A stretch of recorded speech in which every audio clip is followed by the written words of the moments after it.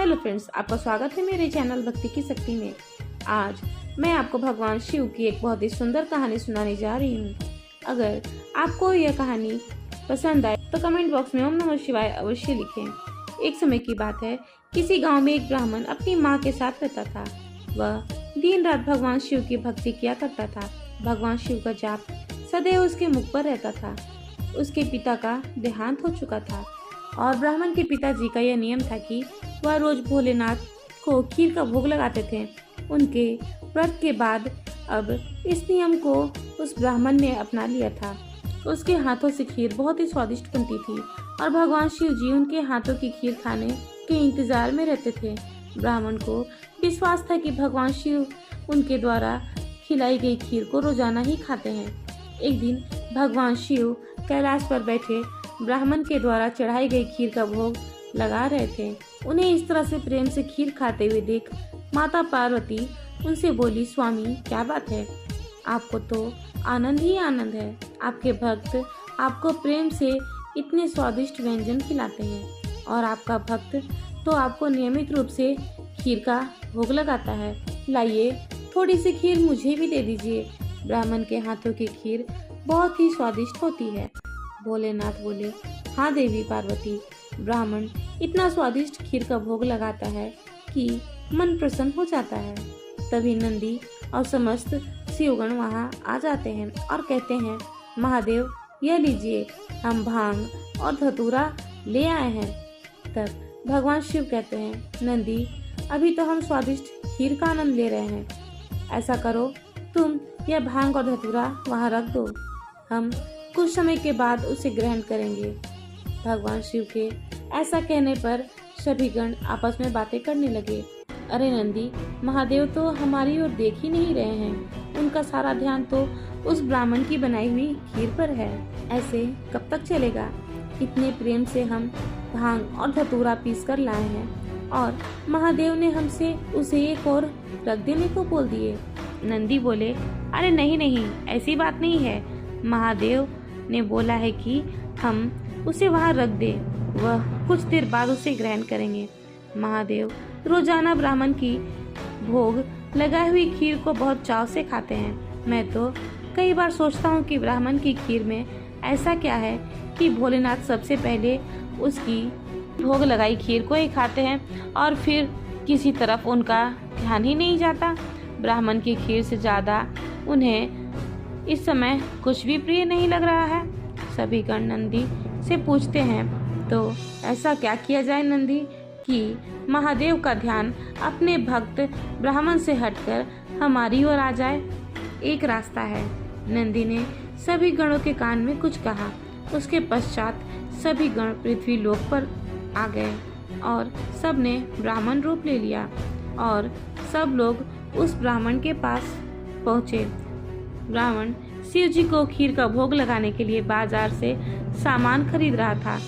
ब्राह्मण वेश में नंदी ने उस ब्राह्मण से कहा, हे ब्राह्मण, तुम हमें नहीं जानते पर हम तुम्हें बहुत अच्छी तरह से जानते हैं। तुम भगवान शिव के भक्त हो और रोजाना उन्हें खीर का भोग लगाते हो। ब्राह्मण ने कहा, ब्राह्मण देव, आप तो सब कुछ जानते हैं। नंदी बोले, हाँ हम सब कुछ जानते हैं, इसलिए तो हम तुम्हारे पास आए हैं। हमें पता है कि तुम महादेव के परम भक्त हो, पर तुम्हें पता है महादेव रोजाना खीर खाकर ऊब गए हैं, इसलिए अब तुम कुछ दिनों के लिए खीर का भोग रोक दो। तुम एक काम क्यों नहीं करते, तुम महादेव को सप्ताह में एक दिन खीर का भोग लगाया करो, जिससे महादेव को और अधिक स्वाद आएगा। अब महादेव के इतने सारे भक्त हैं, महादेव भी तो इतने सारे भक्तों के द्वारा दिए गए भोग को ग्रहण करते हैं, उनका पेट बहुत भर जाता है। अगर तुम उनको सप्ताह में एक दिन खीर का भोग लगाओगे तो उन्हें तुम्हारी खीर का इंतजार रहेगा और वे और अधिक आनंद से खीर खाएंगे। क्यों, हम सही कह रहे हैं ना? यह तो आप ठीक कह रहे हैं ब्राह्मण देव, इस विषय में तो मैंने सोचा ही नहीं। अब मैं एक काम करता हूँ, मैं सप्ताह में एक ही दिन भगवान को खीर का भोग लगाया करूँगा ताकि वे और भी भक्तों का प्रसाद ग्रहण कर सके और फिर उन्हें मेरी खीर का बेसब्री से इंतजार रहे। भोला भाला ब्राह्मण शिवगणों की बातों में आ गया। शिवगण खुशी खुशी कैलाश पर लौट आए। अब शिव जी रोजाना ब्राह्मण की खीर का इंतजार करने लगे कि कब ब्राह्मण उन्हें भोग लगाए और कब वो खीर का भोग खाए। पर कुछ दिनों तक ब्राह्मण ने खीर बनाई ही नहीं, तो शिव जी को खीर कहाँ से मिलती। अब सप्ताह में एक दिन ब्राह्मण ने खीर का भोग लगा दिया, तो शिव जी ने खीर खा ली। फिर उसके कुछ दिन और खीर नहीं मिली। भगवान शिव सोच में पड़ गए। उन्होंने अपने नेत्र बंद किए और उन्हें सारी सच्चाई पता लग गई। तब भगवान शिव को गुस्सा आ गया। शिव जी को गुस्से में आया देख सभी गण उनके समक्ष हाथ जोड़कर खड़े हो गए। वे गुस्से में कहने लगे, वीरभद्र वैभव, तुम सभी गण जानते भी हो कि तुमने क्या किया है और मेरे भक्त के द्वारा भोग में अर्पित की गई खीर मुझे कितनी प्रिय है, और तुमने उससे खीर का भोग रोजाना लगाने के लिए मना कर दिया। सभी गण कहने लगे, महादेव हमें क्षमा कर दीजिए, हमसे भूल हो गई।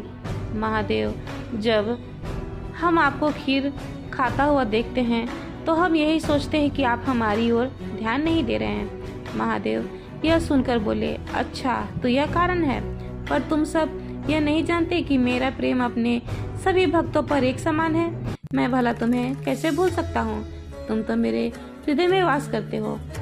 तुम सब तो मेरी ही शक्तियों द्वारा उत्पन्न हुए हो। संसार में मेरा प्रत्येक भक्त मुझे एक समान प्रिय है और प्रत्येक भक्त के हृदय में मैं ही विद्यमान हूँ। इसलिए मेरा प्रेम कभी भी कम या ज़्यादा नहीं हो सकता।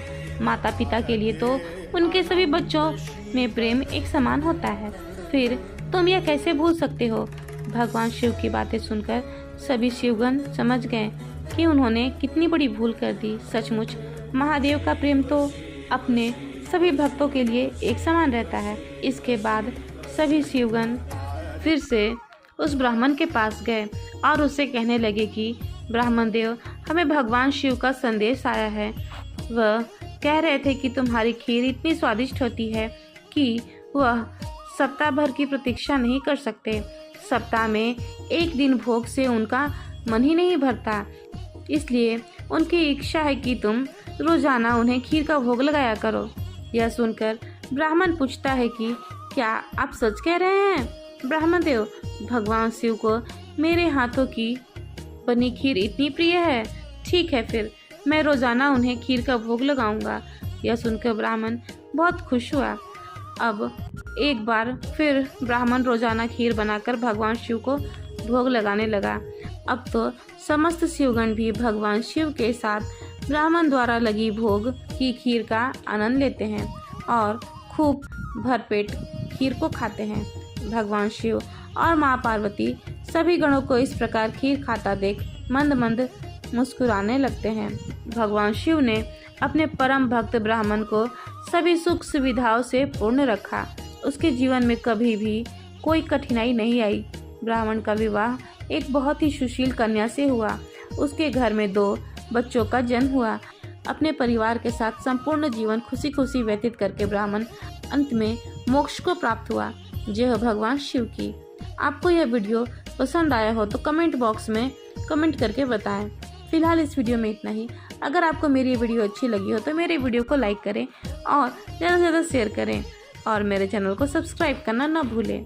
वीडियो में अंत तक बने रहने के लिए आपका धन्यवाद।